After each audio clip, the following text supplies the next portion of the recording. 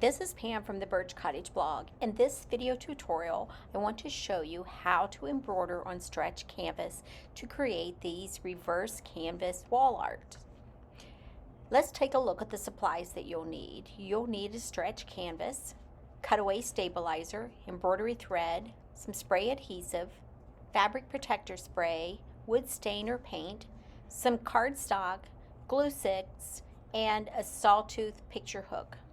Now for the tools and equipment, you will of course need an embroidery machine and your hoop, embroidery scissors, needle nose pliers, slotted screwdriver, a cutting mat, ruler and rotary cutter, scissors, paintbrush or rags, glue gun, stapler, and a small hammer. The first thing that you'll want to do is to take apart your canvas. Use a slotted screwdriver or pliers to remove the staples from the back of the canvas.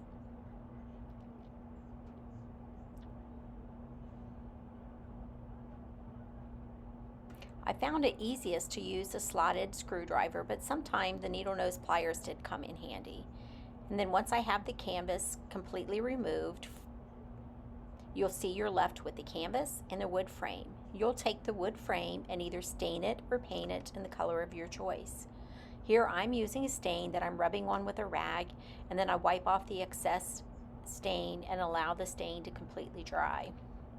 I give it about 24 hours to dry, but in the meantime we can work on our embroidery project.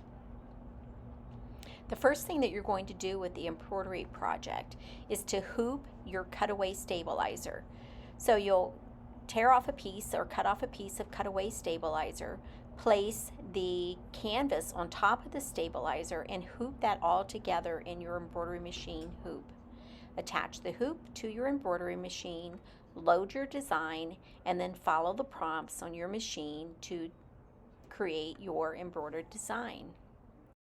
You can also use a spray adhesive on your cutaway stabilizer and then place your canvas on top of that, smooth it out, and hoop it together. That'll give it a nice smooth surface for your embroidery design. Just something to think about if you want to try to do that. Once you have your embroidery design completed, you unhoop it, and then you're going to lay the frame down on top of the embroidery design, take your pencil and trace around it, cut out the around where you have traced around the frame, and then you will place the design on the back of the frame and staple it into place. And then I like to take a piece of cardstock and my hot glue gun and glue around the edges and put some cardstock on the back of the embroidery design just to hide all the threads. Then simply attach a sawtooth hook on the back of your frame and it is ready for hanging. Thank you for watching this YouTube video. If you found this helpful, be sure to like it below, subscribe to my channel, and please come visit me at thebirchcottage.com and subscribe to my blog so you'll be the first to know when there are new creative ideas available.